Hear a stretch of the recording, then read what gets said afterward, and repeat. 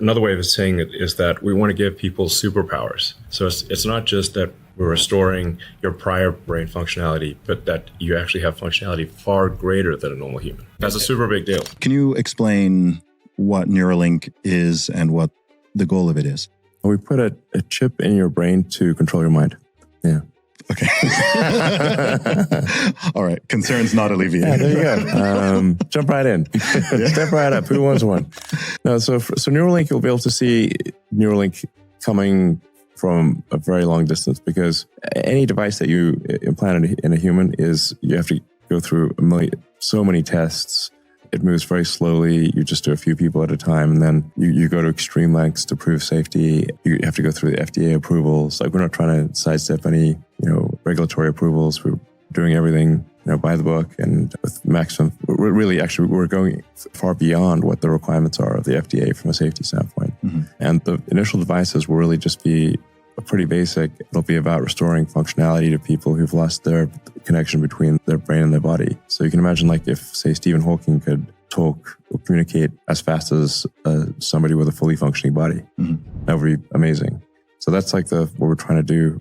That's our first application, is to restore functionality to quadriplegics, tetraplegics, and people who have just, for whatever reason, no longer have a connection between, or have a limited connection between their brain and their body. And then the second application would be restoration of eyesight. So if somebody's gone completely blind, maybe even has lost the optic nerve, you can actually still directly stimulate the neurons in the visual part of the cortex. So you can give direct vision to the brain. In fact, you could actually, depending upon what cameras you use, you could actually see in different wavelengths. Okay. Geordie LaForge from you could have that I actually watched an episode of Star Trek: The Next Generation with special effects compared to what we're used to are not that great, but he's got the wraparound glasses and he can see in different wavelengths. So you can see ultraviolet, infrared and that kind of thing. So you can actually do that. You could say you could see in radar if you want. A way to think about the Neuralink device is like a Fitbit or an Apple Watch with tiny wires or electrodes. Those tiny wires are implanted in the brain and they read and write electrical signals. A lot of people think the brain is this incredibly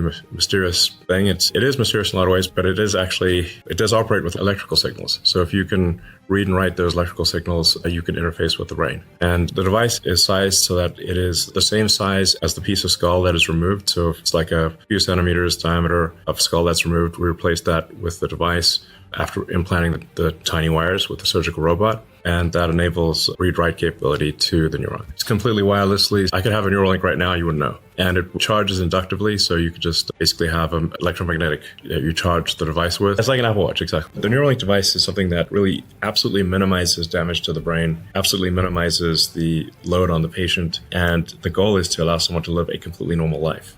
You won't even notice that someone even has the device. The current input devices are centered around human hands. Yeah. So it's like we've got these little meat sticks that we move, and there's a certain rate at which you can move your fingers. And so we've got the mouse and the keyboard and with a joystick control, Xbox controller or something like that. Since if you're not trying to use your hands, you actually don't need those conventional control mechanisms. And so this is why ultimately I think you'll be able to do conceptual telepathy, where you can communicate entire concepts to someone else with a Neuralink or to the computer. Mm-hmm. So what about upgrades? So yeah, we do think it's going to be important to be able to upgrade the device over time. Just like you wouldn't want an iPhone 1 stuck in your brain forever. If you've got an iPhone 15, you probably want the iPhone 15, not the iPhone 1. So I think people over time will be able to upgrade their Neuralink. So we'll take the Neuralink device out and put a new one in. I think we can help a lot of people with brain injuries. I mean, ultimately, with an implantable device, you can, I think, address almost any brain or spine injury. Ultimately, the goal of Neuralink is to have a high bandwidth interface in order to mitigate the risk of digital superintelligence. I don't know. I'm not saying it will work to mitigate the risk. It is just, it might help. This is gets somewhat esoteric, but the limiting factor, I think, for AI alignment long term is probably going to be the bandwidth. How quickly can we communicate with our digital tertiary self? So we already have a digital sort of third layer above the limbic system and the cortex, which is our phones and our computers and all of our electronic devices. But the rate of communication to them is very slow. The sustained bits per second output of a human is well below 10 bits per second. So if you think, especially if you say over a 24-hour period, it's below 5 bits per second. So it's very slow when computers can communicate at trillions of bits per second.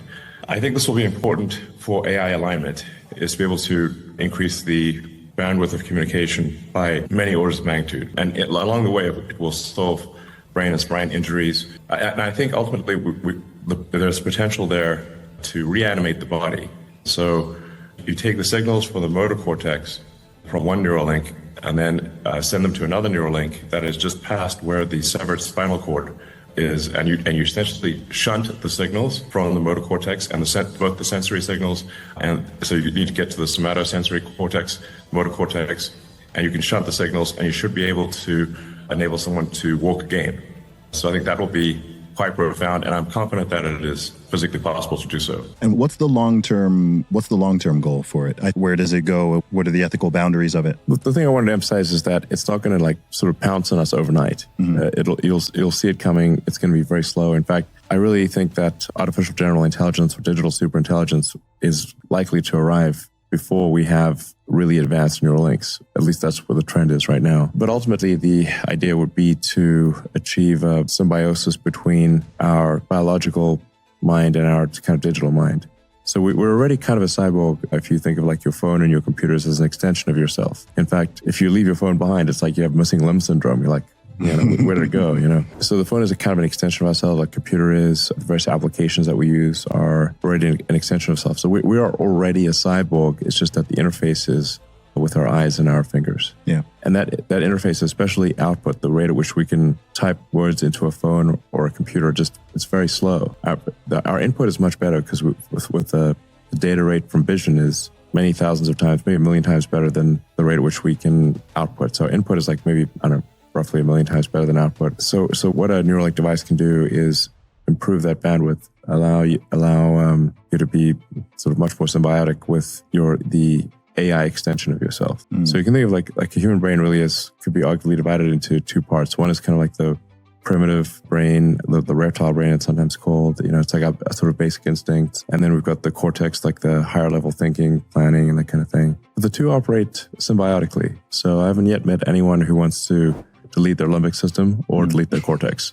Everyone's quite happy having both. Yeah. They're like, I like it the way it is, But your cortex is way smarter than your limbic system. But the irony is that even though the cortex is way smarter than the limbic system, most of what it's doing is trying to make the limbic system happy. It's like limbic system's hungry. Okay, let's get some food. Then the limbic system is horny. Okay, let's, have sex or whatever. That's how it used to be. So even though you've got a cortex that's way smarter than the limbic system, the cortex is still basically just trying to make the limbic system happy. And then if you think of like the computers as a sort of a third layer, the AI as a third layer, it's not necessarily the case that the AI would be acting contrary to our interests. I think if it's closely linked with biological intelligence, I think it could actually be just simply, again, trying to make the cortex happy, which is trying to make the limbic system happy. So I think we'll put even more computing power into trying to get laid, basically. Now the AI is going to help you get laid. There's no physics barrier to fully solving paralysis. That is perhaps a way to say it, that you've got signals coming from your motor cortex that if they are transferred past the point where nerves are damaged, essentially it's basically a communications bridge. So you bridge the communications from the motor cortex past the point in the neck or spine where the nerves are damaged. And it is possible from a physics standpoint to restore full body functionality. It's a very hard technical problem, but there is nothing that prevents it happening from a physics standpoint. In terms of next phases of rollout, we really want to make sure that we make as much progress as possible between each Neuralink patient. So we're only just moving now to our second Neuralink patient, but we hope to have, if things go well, high single digits this year. And I don't know, maybe this is somewhat dependent on regulatory approval and how much technical progress we make, but within a few years, hopefully thousands. So if the wheelchair has a Bluetooth interface, you could just Bluetooth interface to the wheelchair. Yeah. And that's probably something we should do pretty soon. It's really a matter of paperwork of showing that you don't want to drive off a cliff. I think we can limit the speed. So it doesn't go careening off into disaster. But so just make it go slowly at first. But so being able to, really the Neuralink device just should work generally for anything that's got a Bluetooth interface, including potentially an Optimus. Yes, yeah, you could communicate with Optimus. Yep, absolutely. Optimus will also be able to talk to Optimus, but like might not just beam it. But you could just and instead of talking, you could just beam it directly. Or if someone has lost the use of speech, then they can still communicate to an Optimus. They can communicate telepathically to Optimus or by Bluetooth. And so even if someone has completely lost the ability to speak, they could still control out with their computer or phone. An exciting possibility long term also is to say, if you take parts of the Optimus humanoid robot and you combine that with a Neuralink, let's say somebody has lost their arms or legs, we could actually attach an Optimus arm or Optimus legs and do a Neuralink implant so that the motor commands from your brain that would go to your biological arms now go to your robot arms or robot legs. And again, you have basically cybernetic superpowers. Yeah, like I said, it's just a cyberpunk Deus Ex future where you have cybernetic upgrades that are actually better than your biological. And certainly we'll have particularly as we expand to a large number of customers or patients for Neuralink, the understanding of the brain will improve dramatically.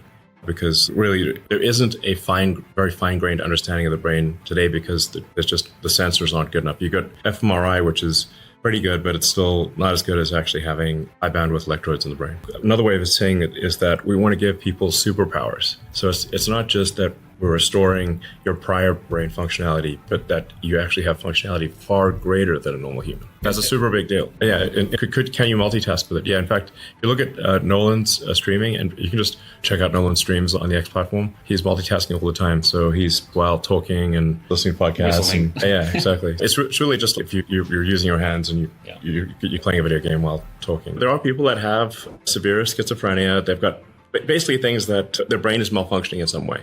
And this is actually due to really like physical circuitry issues. You can think of the brain as really, it's a biological computer. And if some of the circuits are crossed, it's going to, it's going to crash or it's going to have issues but with a Neuralink device, we can fix those issues and give someone who has, say, severe schizophrenia or psychosis of some kind, allow them to live a normal life. I think that is one of the likely things in the future. Yeah. You can certainly imagine, I'm sure people have like parents, grandparents who have memory that's not working as well as it used to be. Sometimes they forget who their grandchildren are or what day it is. And this is something that a Neuralink device could help fix. The USDA inspector who came by the Neuralink facilities literally said in her entire career, she has never seen a better animal care facility. We are the nicest to animals that you could possibly be, even to the rats and mice, even though they did the plague and everything. It is like monkey paradise.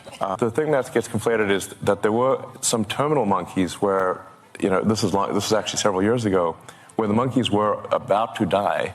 And we're like, okay, we've got an experimental device. It's the kind of thing we should only put in a monkey that's about to die. Now the monkey died, but it didn't die because of the Neuralink. It died because it was, had a terminal case of cancer or something like that.